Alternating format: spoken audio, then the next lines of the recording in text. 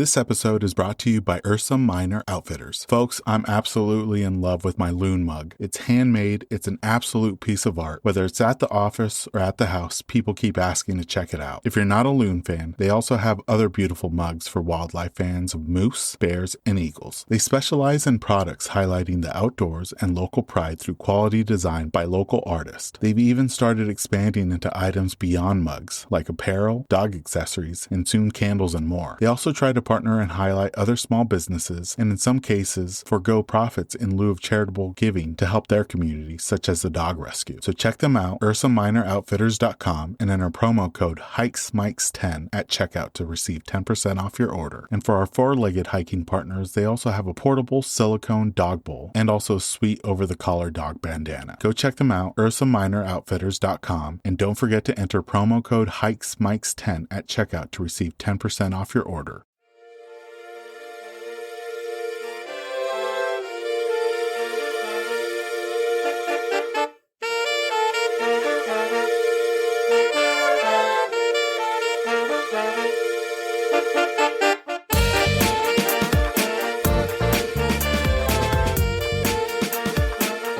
Welcome, everyone, to the latest episode of the Hikes and Mikes podcast. I'm your host, Ivan, and I'm excited to share this new season of the podcast with you. With both fall and winter arriving in the Pacific Northwest, it's time to store the mobile recording studio. This season, we'll be switching things up and interviewing some of my favorite hikers that I follow on Instagram virtually. We're following a similar format to season 1, where the first part of the episode focuses on the guest and their hiking adventures, and we're still going to end each episode with a speed round of this or that questions, all related to hiking. Today's episode features our first guest from the East Coast. We visit with Erica from Upstate New York. You can follow her on Instagram at ERIQALNY. We chat with her about what it's like hiking in the Northeast, her love for the amazing fire tower lookouts in her area, and what it's like hiking in Upstate New York in the winter. Without further ado, let's jump into our episode with Erica.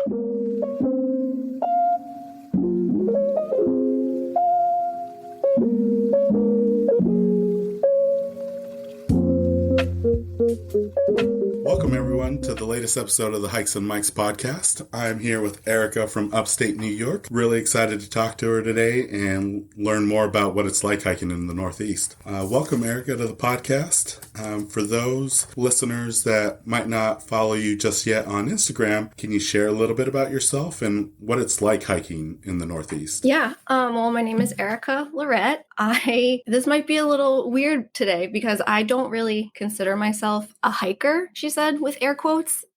There's a little bit of imposter syndrome going on, I think, because I'm not backpacking. I'm not sleeping at trailheads, checking national parks off a list, clocking 15-mile days. I am a casual day hiker with a demanding job, and there's some weekends that I don't get to go out at all. So I kind of consider I'm not a hiker. I just hike a lot. Yeah, for me, it's pretty casual. I like to keep it low key. And I think I'm in the same boat as you, Erica, because for the most part, I've done only day hikes. I mean, I've gone camping, but not hiking to go camping or backpacking. I've done it, but not recently, and it's not a regular thing for me. But through this, it definitely has helped me understand, the different levels of hikers that there are out there. And I think a lot of people are in that day hiker category where they have a full-time job, and right now, especially in the holiday season, it seems to be more demanding than normal. So like you said, there's some weekends that you just can't go out, but it's definitely a recreational thing for a lot of people. So you live in the Northeast. What would you consider to be your home base for your hiking adventures? Well, yeah, I live in upstate New York in the Albany area, and I've lived here my whole life. I only really ever left to go to college in the North Country, which is right outside the Adirondack Park, less than an hour from Canada. But I've been in New York my whole life. So in college is where I was introduced to the mountains, the Adirondacks specifically. So I kind of consider the Adirondacks like my main spot, but it's a hard question to answer because I am really the same distance from the Adirondacks, the Catskills, and the Berkshires. And the closest mountains to me are actually the Taconic Mountains, but nobody really talks about them because they're smaller. They just tend to get lumped in with the Berkshires. So I think the Adirondacks is my main love. Okay. And yeah, you mentioned that you have three unique mountain ranges, all within a very similar distance from where you live. What kind of makes each one unique to the other? And what's your favorite part about visiting each one? So I'm not a geologist, so this is not scientific at all, but I like to nerd out a little bit. You really can feel a difference when you hike all three more regularly. You kind of start to get a sense of where you are. The Berkshires are part of the Appalachian Mountains, which formed over 500 million years ago. They're insanely old. They're some of the oldest mountains on the planet, and they're really unique because you can actually hike sections of the Appalachian Trail. The Appalachian Trail doesn't go through the Catskills or the Adirondacks, so it's kind of cool to be able to do that. The Berkshires aren't like particularly challenging, but there's just something about them. Like you can be just half a mile from town and the woods feel ancient. They feel old and untouched. And it's kind of cool when you think about how well traveled they actually are, like how many people have walked the Appalachian Trail from all over the world. I mean, you can really feel the history and you start to think about how many people have been on the same trail as you, and you kind of have this connection to people hiking the same trail down in Georgia or up in the Whites. And even just on a day hike for a few miles, like you're kind of part of something bigger. So I find that really cool about the Berkshires. The Catskills were formed 350 million years ago. So they're also super old, but like compared to the Berkshires, they're a little bit younger. I have found the Catskills to be the most popular, the most busy. Like they're the closest spot for people coming up from downstate. So like, you know, New York City, Poughkeepsie, like those bigger cities. The Catskills is like the first stop. So there's always people in the Catskills. There's like a couple of secret spots that I don't see people. So I kind of hit those same spots over and over again. But I don't go to the Catskills as much just because of that. There's always crowds, and there's a lot of people that like aren't prepared because they're just coming up for their first time, like, oh, let's go hiking today. And they don't really know like what to expect. So you see a lot of people with like brand new sneakers and no backpacks. Oh, no. Yeah. The Adirondacks. And is that how you say Adirondack? The Adirondacks. Those are, Yeah. would you say they're your favorite ones? Yeah, the Adirondacks kind of feel like the most grand, I guess. They feel the most wild. They feel the most untouched. So, you know, Berkshire's 500 million years old, Catskills, just about as old. The Adirondacks only formed 5 million years ago. So they're like really young and they're still growing, which is crazy. Like the rocks themselves are old, but the mountains are new. And it kind of, I don't know, I think they're the most New York. Like Catskill people might not like this, but the Adirondacks to me feel like the New York mountains. Like when you think of New York State, upstate New York, you think of the Adirondacks. So I like them better. And this isn't scientific at all, but the geology on the Adirondacks, it almost feels like there hasn't been enough time for the mountains to like break apart yet. There's all these like big smooth rock slabs and open summits, and you know, it just feels new, I guess. And that is something that I noticed on your Instagram feed. And maybe it's just the Adirondacks and not the Catskills. Is it Berkshires? Berkshires, yeah. Berkshires, where there is like almost like an open slab of rock with a viewpoint. Is that specifically to the Adirondacks? No, I seek those spots out.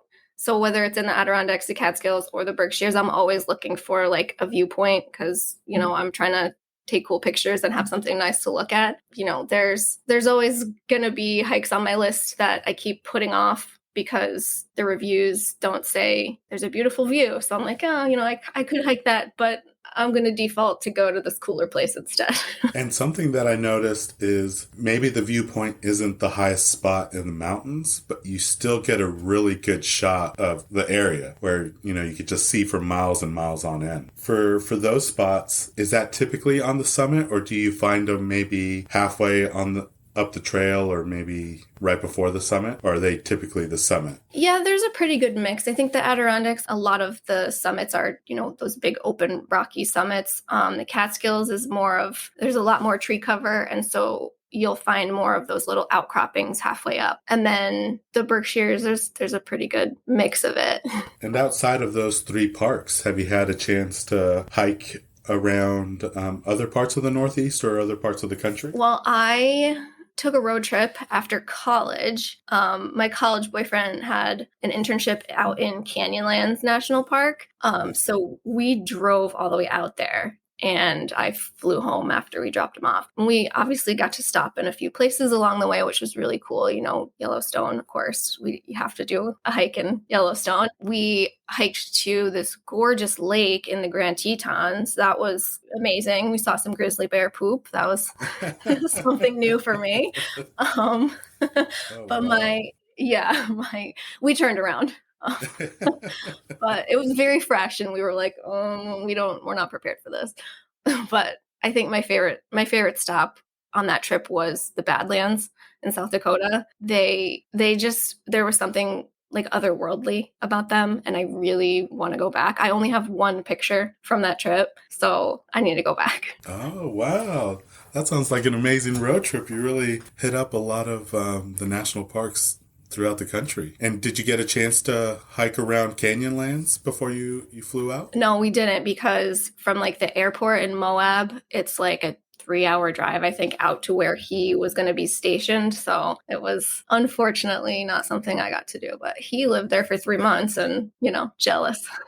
And you mentioned coming across grizzly poop. In the Northeast, do you guys have some predators that you kind of have to keep in mind? Well, we have black bears, but, compared to grizzlies, they're nothing. I mean, everybody talks about like a black bear is more scared of you and it'll just run away scared. So, but it still can be jarring when you see them on the trail. Oh, definitely. Now, we did a deep dive, Erica, into your Instagram, and one of the things that really kind of stood out is you kind of have a gravitation towards fire towers there in your neck of the woods. Now, here in the Pacific Northwest, where I'm located at, we have fire lookouts, but they kind of look like cabins on stilts. And then sometimes they're just barely off the ground, or they're just out on a ridge to get a view. But your fire towers are way higher off the ground, and they kind of look to me more like what you would see like a military watchtower, where it's taller and it's just a small little cabin at the top. Can you share how you first came across the fire towers and kind of what makes you keep going back to them? Yeah, well, I mean, fire towers really have my heart. My first hike, I didn't hike like growing up at all. So my first hike was in college. I went to SUNY Potsdam, and my boyfriend in college was part of their environmental studies program. So he was a big hiker. All of his friends were hikers. So they started taking me along with them. And our first hike was Azure Mountain in the Adirondacks. And that's this fire tower. It's just a quick little like 2-mile round trip, but it was in the winter. I was wearing like these plaid boots and jeans and just cotton everywhere in the middle of winter. It was not very smart, but that was like my first taste of a fire tower. And before that, I didn't even know that they existed. And I'm not really like a history buff at all, but there's something so cool about knowing like people used to live on these summits and spent their days like all those feet up in the air, like watching for fires and protecting the land. There's just something so cool about that to me. And now we get to climb them like jungle gyms and take selfies with them. So, And how many would you say that you've been able to climb up into? most of them I will climb unless like there's like it's roped off or something. I like heights, so I go up in every one that I can. I'm still kind of working through all of them in New York State. There's a few that I did do in college that I don't remember. I don't have pictures from, so I have to do them all again. But, I'm still working through the list. I don't even remember what like other fire towers I did during college because I don't have pictures of them at all. I think my second one was Arab Mountain. And then we did Snowy. Yeah. Do you know how many there are in New York? I don't know how many there are. There's a lot. There's like a New York Fire Tower Challenge. So I think there's 6 in the Catskills and then like 20 something in the Adirondacks. And so you've got to hike all the Catskill ones and then like most of the Adirondack ones to like complete the challenge. But some of them are so far away that you kind of have to plan and go stay out there in order to bag those. Gotcha. And you kind of mentioned some of them are roped off. So typically, is the Forest Service or a local agency doing upkeep on them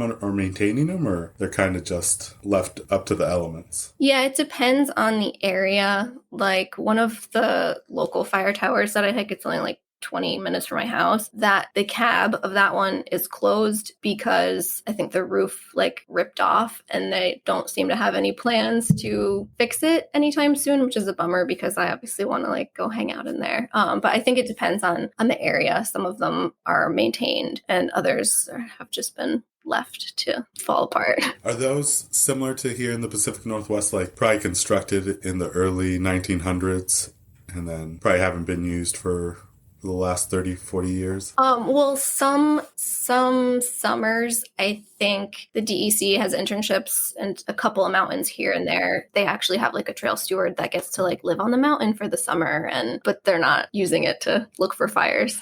Oh, that would be an interesting internship. Summer up on a fire tower, fire lookout. Wow. Now, for me personally, the first thing that comes to mind when you hear hiking in the Northeast is the Northeast fall colors. We've all seen pictures and Instagram photos and reels of all the fall colors. Now, for someone that lives there, what's your favorite part of the fall color season? And then what's some tips and tricks that you have for somebody that's interested in maybe checking them out next year? Well, my favorite part, I think, is when you get like a really warm fall day and you actually get to spend time outside and just sit in the sun with those like warm oranges and yellows. And like you still kind of hold on to summer a little bit, but it's, like a watercolor painting.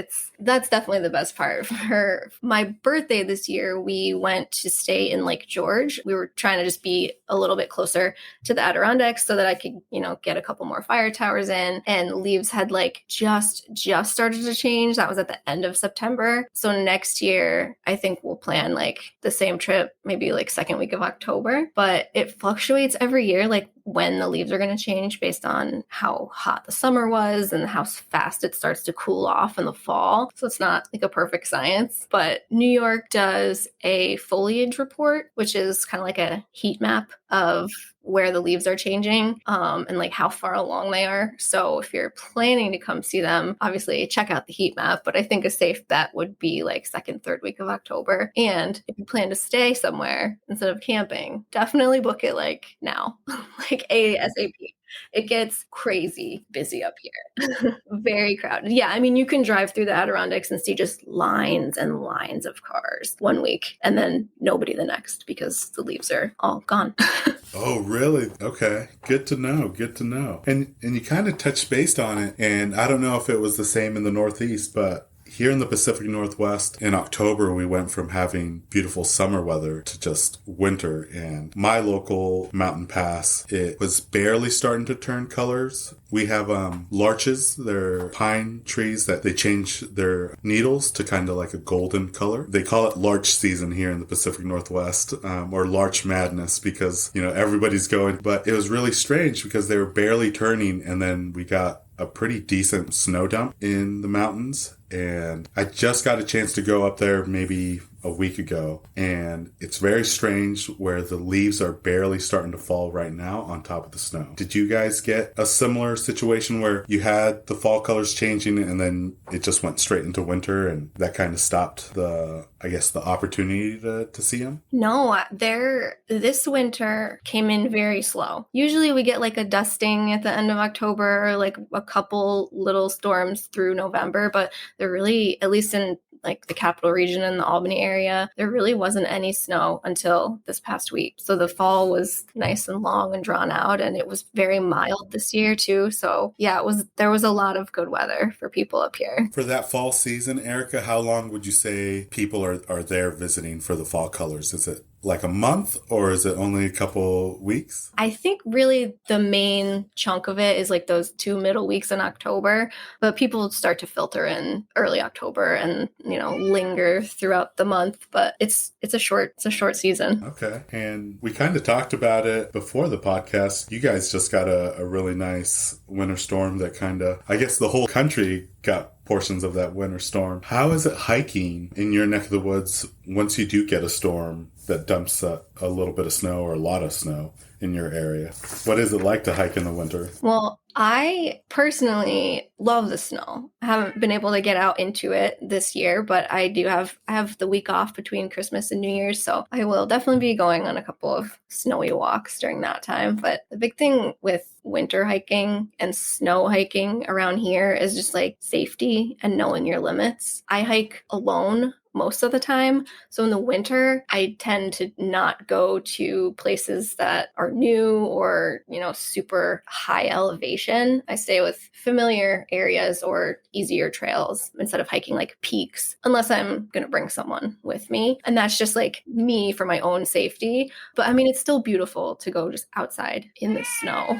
So you really can't go wrong. But winter hiking is like much more strenuous than people think. I think like in the snow, you think, oh, well, if I get warm, it's cold out. So it'll like balance it out and I won't get that tired. But like you're actually burning more calories and getting way more dehydrated in the winter than in the summer. And also like if you're not used to snowshoeing or walking, like trudging through the snow, you're using muscles that you don't normally use. So it's exhausting in like a whole different way that people sometimes aren't ready for, but it's fun. And obviously the payoff is you get to experience that like silence of like a snow covered forest, that like marshmallowy winter wonderland kind of a thing. So, I mean, I think it's the best. Yeah. In some of those trails that you do prior to winter, are they maintained where you can hike them without snowshoes, or are a lot of the trails, especially after a weekend like this weekend, do you need snowshoes to kind of make it up the trail? In the higher elevations, you really do pretty much all winter need snowshoes, unless, it starts to get really packed from a lot of traffic and then you kind of switch to spikes. If a trail is like well-traveled, some of the lower elevations, you don't really need snowshoes. It really depends. It depends on how much snow there is and how many people walked there before you. I mean, like I said,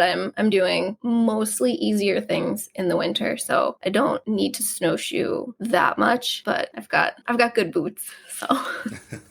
And, some hikers, Erica, have a summit ritual or an end of the hike routine. Maybe it's a favorite snack or meal, maybe some trail beverages, or even a moment of zen. Do you have a regular custom when you reach your destination, or maybe when you make it back out? I don't know if it's much of a ritual, but I do consistently spend way too much time taking pictures at the summit. I take tons of pictures, and I know I only end up using one or two of them. I'm usually by myself, so it takes me time to like find a good spot and set up and, frame the shot. And I'm like testing different things out, and I end up not liking most of them. But I really do. I love having pictures to like remember my hikes by. So I make sure that I give myself enough time to do that. That's one of the things that I kind of regret a lot about my like college hiking era. That old boyfriend hated taking pictures, hated it. He would take like one of me like begrudgingly and would get annoyed if I didn't like it. And it made it not fun because I was like, obviously it's still fun to hike and you get exercise and all that, but I wanted to have the memory. And, I should have just started taking my own pictures back then, but I do now, so.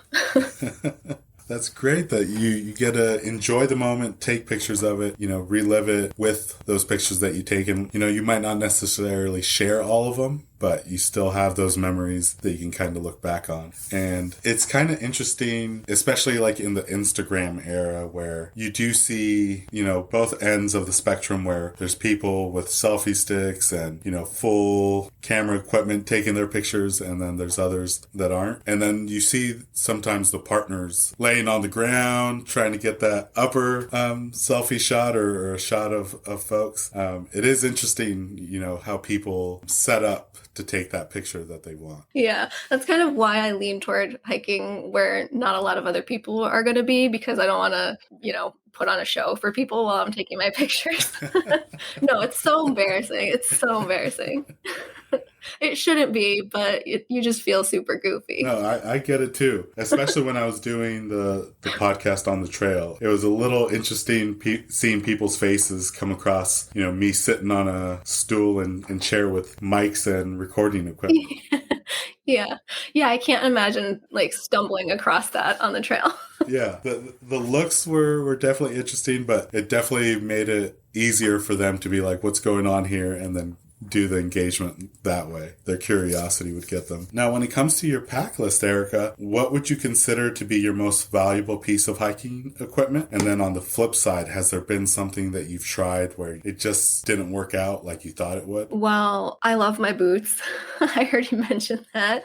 Your feet are like so important. Obviously, they're your main method of transportation when you're hiking. And like I spent a long time finding the right ones. When I first started hiking, I got these like leather boots that just never really broke in. And I had blisters all the time. And I think I tried like a dozen different pairs of sneakers, trying to find like the right thing, but nothing ever gave me like the right grip and also didn't hurt my feet. And it was a struggle. Eventually, I returned those leather boots and I got this pair of Garmont winter boots, and I've had them for over a decade and I love them. I use them mostly in the winter. They're really warm. They're like way more boot than I actually need for the type of hiking that I do, but they've lasted for a really long time and I just really love them. And then in the other seasons, I have these Salomon. They're like cross between a hiking boot and a trail running shoe. So they're like really flexible and they support my ankles still. And also I just feel like they look super cool. So I really like them.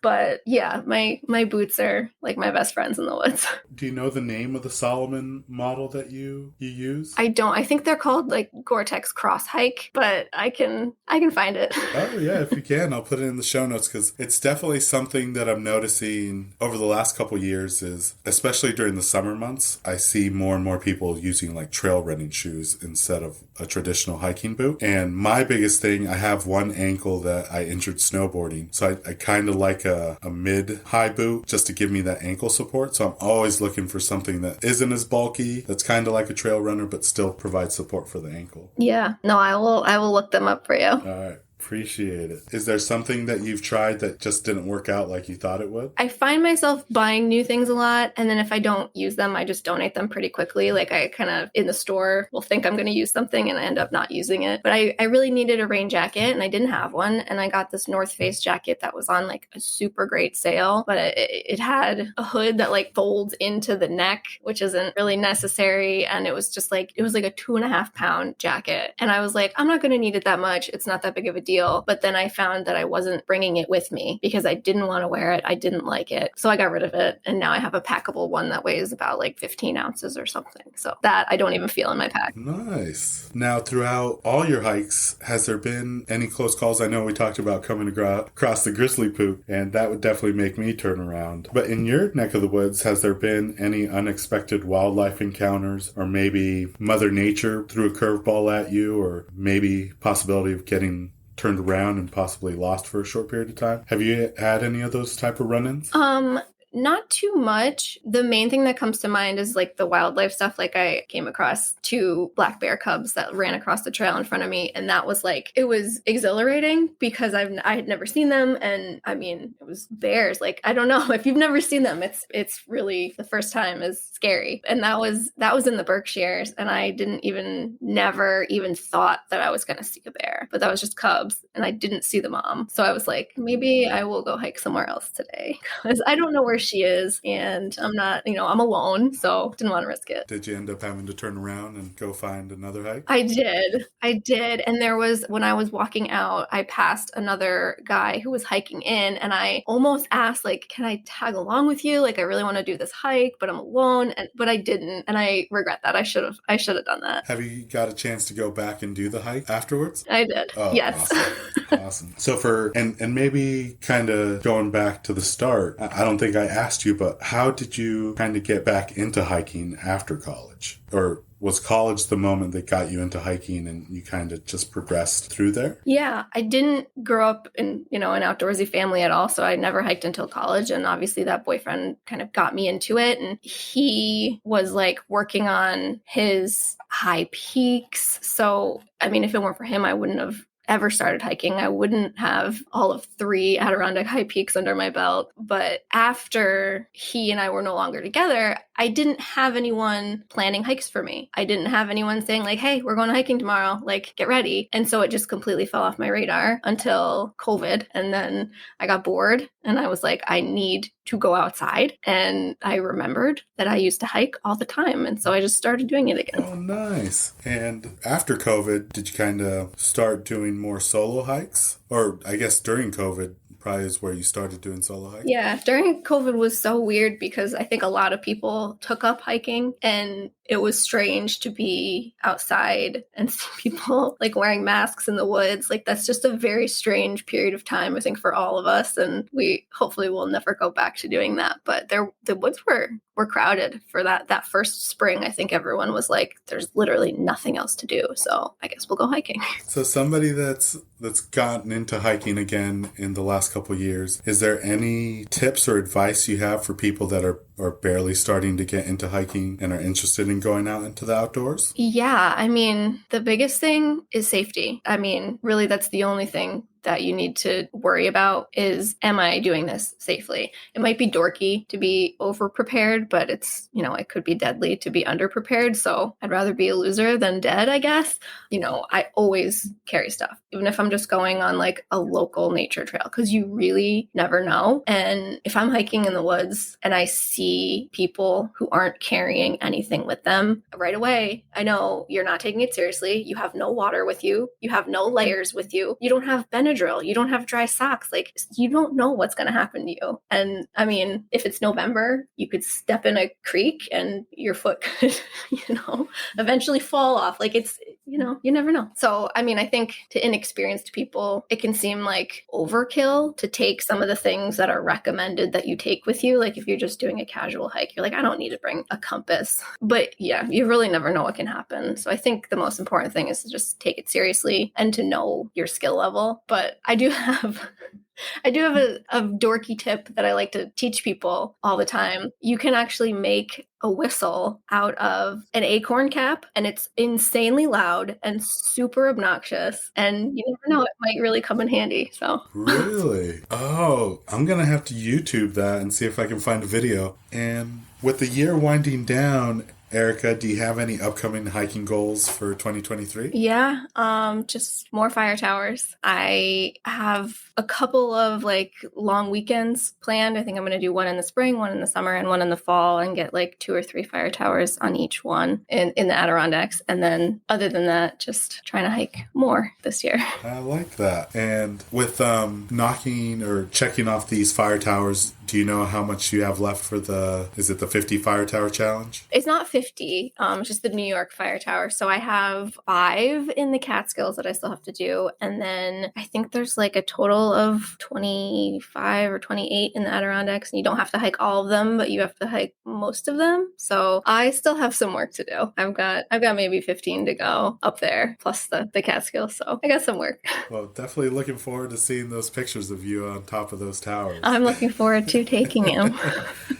Now, this last section of the podcast is this or that questions. It's all hiking related, but I'm going to give you 2 options, and then you just choose the one that fits you the best. So, first question is ascending or descending? I'm gonna go rogue and say descending. I think it's funny when you first start hiking, the uphill can be kind of killer. Either you're like not in the best shape or your boots aren't broken in yet, so you kind of look forward to going downhill. And then as you get more experienced, kind of does a 180 and you start to feel how brutal the downhill can be on your body. But I like descending because I've already wasted so much time taking too many pictures. So I'm kind of in a hurry by the time I'm going back down. And I also, as brutal as it can be on the knees, I kind of like that I'm able to do that. Feeling the pain kind of makes you appreciate that you're able to get out. Yeah. And the second one is waterfalls or summits? Oh, summits all the way. Waterfalls around here are way too crowded. Switchbacks or straight up? Straight up. Yeah, I'll always go for the shorter, harder hike, especially if there's some scrambling. I like that. And trek poles or freehand? I freehand. Yeah, I've never really used poles. And do you fuel up before a hike or do you fill up after? Definitely after. Usually while I'm chilling on the summit. Do you bushwhack or go around? Go around. And do you jump in or stay dry? Dry. 100% dry. When I did the Cranberry Lake 50 in college, which was a gym credit, which is super cool. Yeah, we started out the first day of it in the afternoon, and it was in October. And so like by the time we came across this like flooded section of trail, it was freezing out and it was dark, and half the people just walked right in. And I mean, it was not a puddle, it was like a little pond. It was up to their waists, and I was absolutely not having it. And they were gonna have to carry me, but then I found a way around. So they all went swimming for nothing. How did you end up finding a way around? I just kind of checked both sides, and I was trying to find like a down tree or like any section of path where, you know, animals were trying to go around, just something. And there was a huge log that was down across like the stream that was leaving that puddle. So yeah, it was not even difficult to cross it. Oh, that's cool. How about sunsets or sunrises? Sunrises. A 360-degree sunrise from a fire tower is like one of the coolest things you'll ever see. You really feel like you're on top of the world, and then you have like the whole day ahead of you after that. It's just the best way to wake up. I like that. No need for coffee. How about spring flowers or fall colors? Oh, I'm definitely a spring person. I know I'm from the Northeast and I should like the fall foliage, but I'm a spring person all the way. And do you tag a hike or do you not tag a hike? I tag. I know there's some like more popular places that people go, or like very, very picturesque places where you don't want to tag, so you don't want people like flooding to those locations, but there's really not much of that around here, and I like to connect with people and see where other people are hiking. So yeah, I share, and I hope other people share too. Nice. Well, thank you, Erica, for joining us on this episode of the podcast. Thank you for having me. Yeah, thank you. For listeners that don't follow you just yet, where can they find you on social media to kind of see where your adventures are?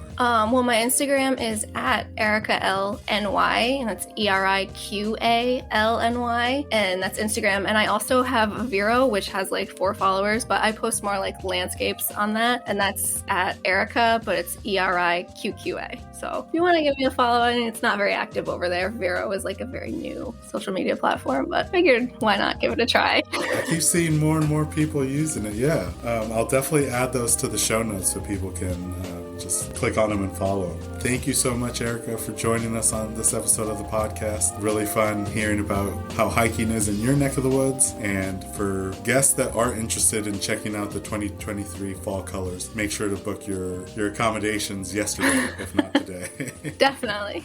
Thanks, Erica. Thank you. Thank you again to Erica for joining us on the latest episode of the Hikes and Mikes podcast. Make sure to follow her on Instagram at ERIQALNY to check out all her recent hiking adventures across upstate New York and to see her progress on visiting all the remaining fire tower lookouts. Thank you for tuning in to this week's episode of the Hikes and Mikes podcast. We'll be putting out new episodes every week through the fall and winter. Be sure to like and subscribe to not miss out on those. Also, be sure to follow us on Instagram at Hikes and Mikes. Catch you on the next one. This episode's music was created by Ketsa. Follow him on Instagram at Ketsa Music.